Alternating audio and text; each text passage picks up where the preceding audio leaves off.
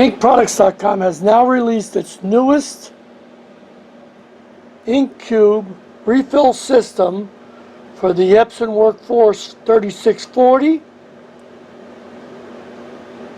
3620, also the 7610, the Workforce 7620, and the Workforce 7110.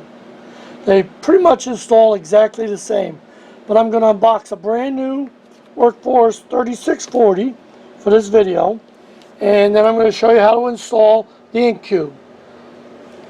This is the latest in technology for continuous ink systems. The chip, the cartridges, especially the ink tank. And I'll explain why as the video goes on. Now, because I don't want to take too much time on the video, I'll unbox this printer and set it up. It's the 3640. Now, we have to take this little top clip off. But I'm not going to take it off right yet because it's still under the, it's brand new, so it's still stuck underneath the part of the printer here. So I plugged it in.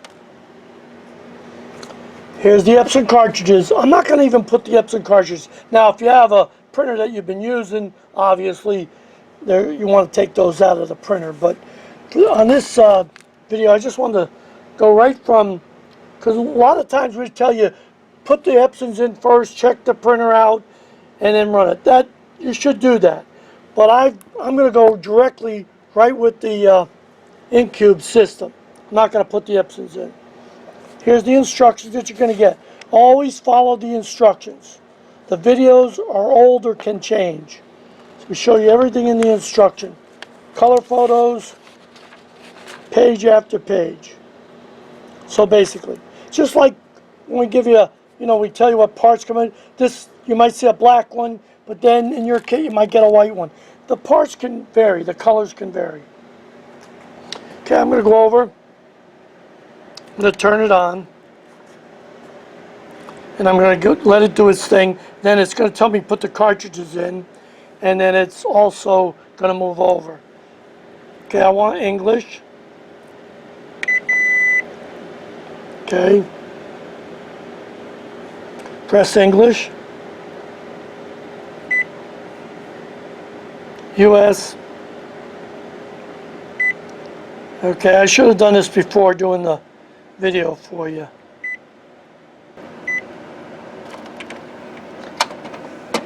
Do not open the scanner, so they want me to shut the scanner. So it's going to take another minute or two, and then we'll go and install that ink cube system. The ink cube system holds 30% more ink. The ink tank itself is very unique. While that's going through there, I'll explain why. It protects your ink from light and dust. Doesn't require filters. And by the way, any system that gives you these little filters, I would not use the filters because they can cause you a lot of problems. There's a little material in there. If it clogs up, then it shuts down the flow to the printhead and burns your printhead out. So you don't want to do that. We don't use that. I'll take it out of the package, but because you just got it, I'm going to lay it down flat like this. Just like this for a minute or two. Because what I'm doing is equalizing the ink tank here. Okay, let's move over to the printer now. And it says install the cartridges. So, you got to open it up. It's going to come over. Now you see it moved away from over here, so I can open this up. But I'm going to use a little flat blade screwdriver and go right here. I'm going to wedge it in there and spread it a little bit. I can take this out of my way. You have to take this off. This way the lid will be able to shut after you install the ink cube system. Now I'm wearing rubber gloves because there's a chance you can get some ink on your fingers. And if you don't want to get ink on your fingers, then get an inexpensive pair of rubber gloves. I'm going to spread it, and then the cover can come right, you'll be able to lift it right off. Don't throw it away, save it. In case you have to send the printer back, you can put that back on. That's how simple it was to take that off. Okay, now I've done that. Now I'm going to unbox the ink cube here and unwrap the cartridges and put in. Now, the advantage to the COC Smart Chip, that when one color shows empty, you squeeze the little button on the top here, all your ink levels come back up to full. You don't have to do individual, one at a time. Saves on a lot of over cleaning of the printhead. There again, you can follow that along in the instructions. Now, on some systems, depending on your model, some have a battery, some do not have a battery. It all depends. So when you purchasing it, you tell us what printer you have, and we'll give you the exact, or the correct, I should say, the correct COC Smart Chip that you need. I'm going to remove the back air vent plugs. Now you notice there's another set of plugs in the back. Do not, and I mean do not, take them out. They're put there for a reason. That is a balancing chamber, and we don't want them to come out.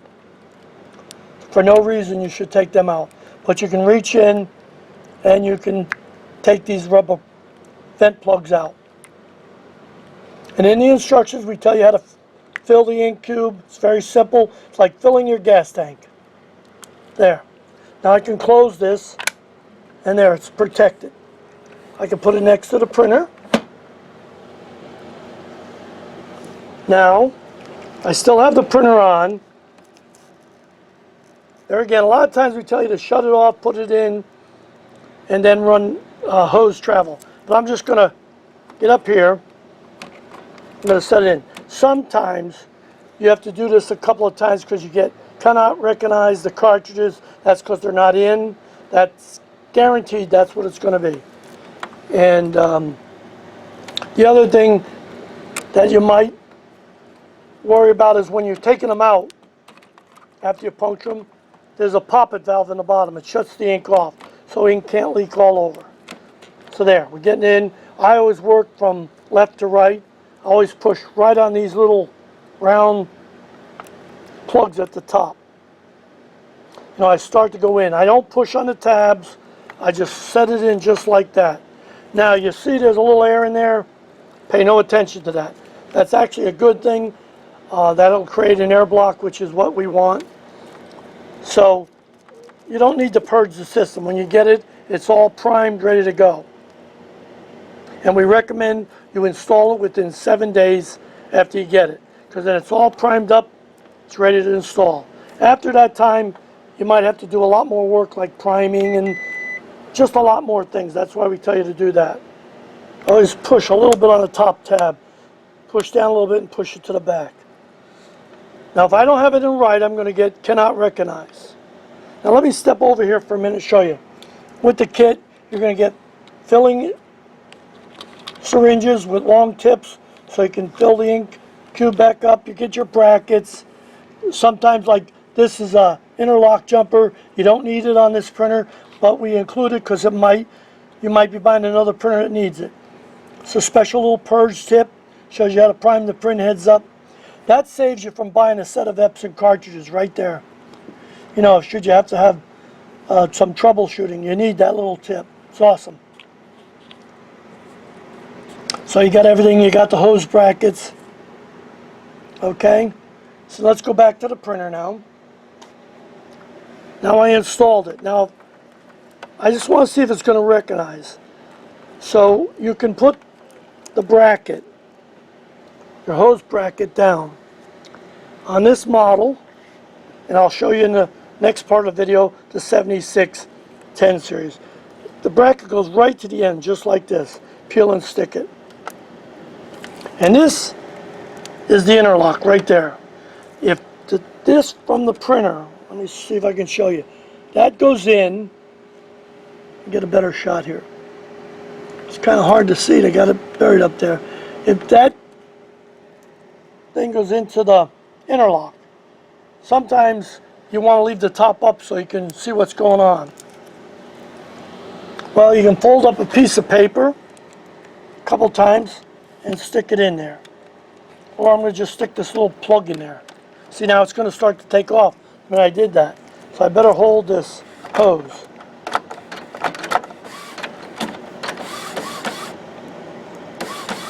So it's checking the cartridges.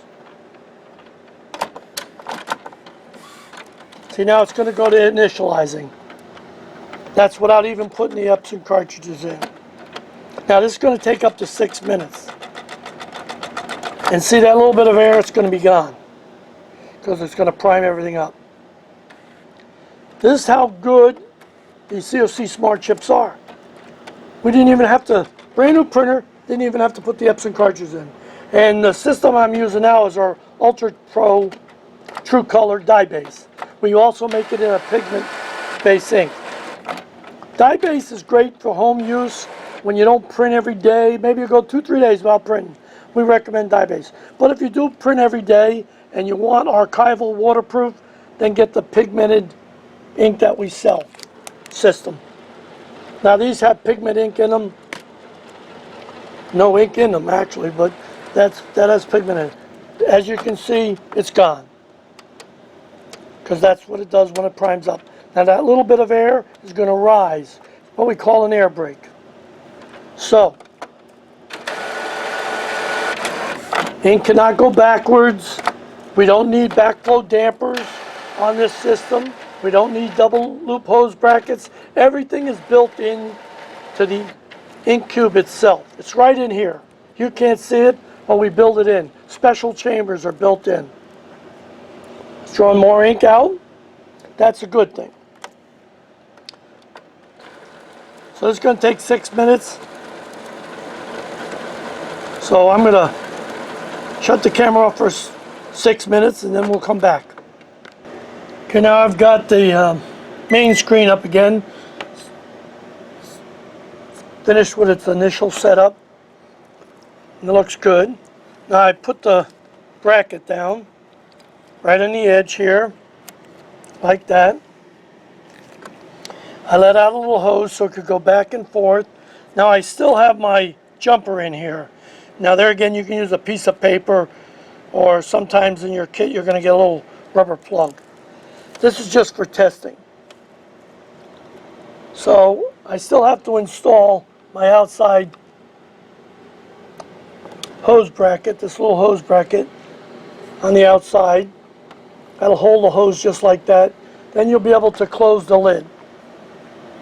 Now, this right here, you would not leave that in if you're going to close the lid. If you're doing troubleshooting, you can leave it in and then close it to see if everything is traveling. But basically now we want to do hose travel. Now normally I have you unplug the printer, bring the cartridge over, unplug the printer, and then I can move it by hand. Do not move this while it's under power. You'll damage it. Normally what I would do is unplug the printer when the cartridges are over so I can move it. But I'm not going to do that. I'm going to leave it just like this. See what I'm showing you? I just let out a little bit. I just want enough for this to go over there and come back. And that applies to any model, any Epson model, because that's called hose travel.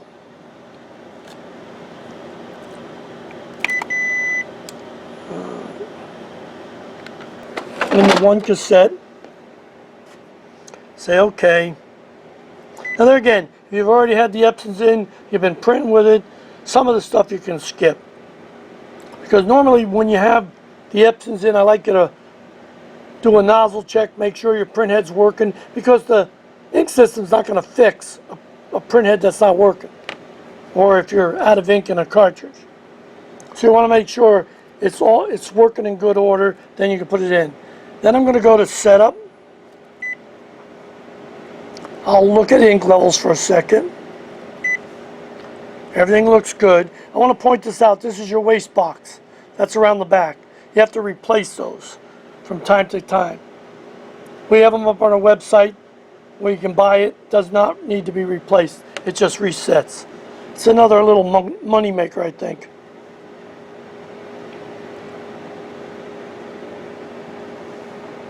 Okay, I'll say OK. Go to maintenance. Nozzle check. Go to print. Go over here to the print. Now, here's where I can watch the hose travel. I don't want too much. I think that's a little bit too much hose out. Let's see what the first nozzle looks like.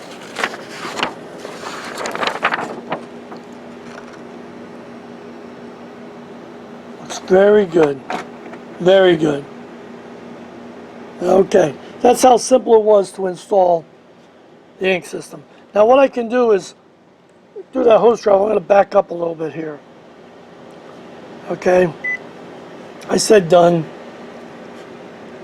Now, if I wanted to do hose travel, I can't do it with the printer plugged in and on like this. So I go over here to maintenance again, and it says ink cartridge replacement. Touch that, go over here. Now watch the cartridges. They're going to move to what we call the cartridge change position. Just a little bit. Okay, now it says put your hands on the side. Well, I have the plug in, so I got to take that out. See, now it's moving over.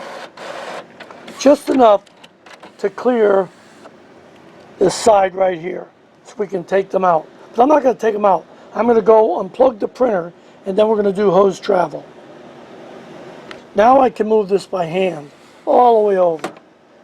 Now, I'm pretty close. Still got a little bit too much out here, so I'll pull a little bit more. Like that. This side, so you don't get the slapping on the bottom here. So if too much hose is up there, it smacks against the top of the scanner there. That looks pretty good. I go just a little bit more. There.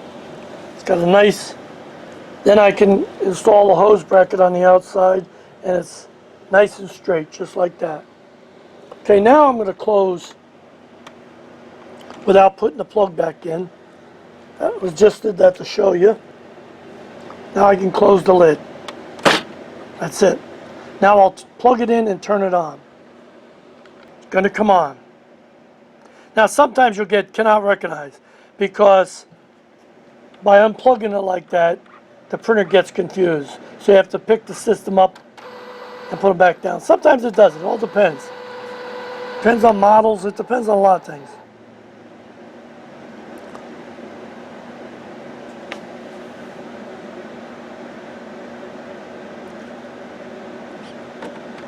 It's going through its setup. It's checking the cartridges. It's going back and forth in there. They're not Epson cartridges, that's for sure. But Epson builds it in, and if they're telling you you're not using genuine Epson, the printer may not work. That's not true. But we're going to ignore it. We go to proceed. Like I said, it's annoying, but sometimes you have to go through this. Obviously, you want to say yes. Print nozzle, just say OK, and you're back to the main screen. Now I put sorry, picked up the wrong thing. I put that in the scanner. So I'm going to go to copy.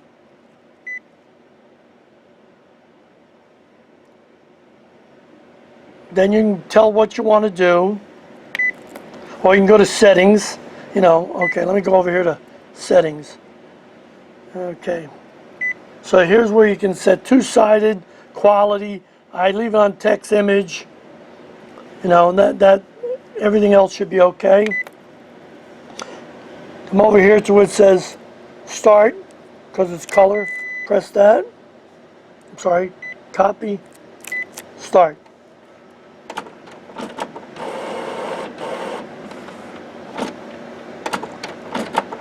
You get the blue light blinking. That tells you you've done everything correct. We're making a copy. It's the first copy out of this printer, other than the nozzle test. Now I can leave it open here in a minute, and I'm going to show you what it looks like when it's printing with the hose attached. Here's where I'm going to use that little piece of paper or a jumper.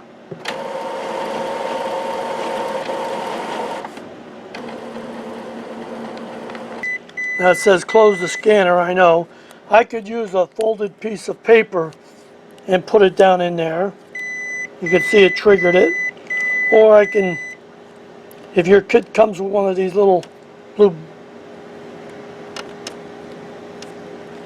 plugs like that, then you can put that down in there. Okay, now we can watch hose travel go back and forth. So I'm going to do another copy because I want you to watch this go back and forth. See the hose travel?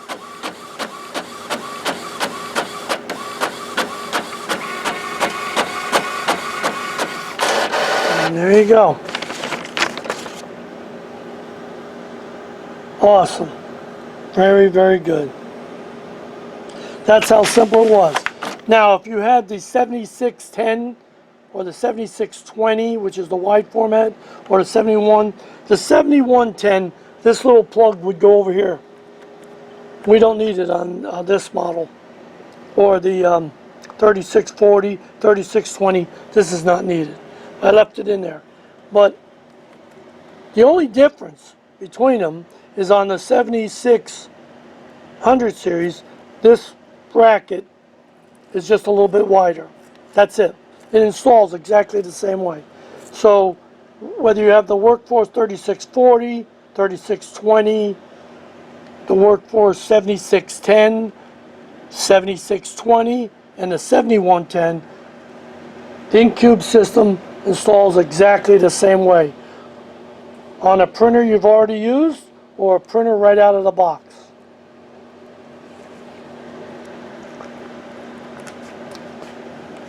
Take that out and close the lid. That's it.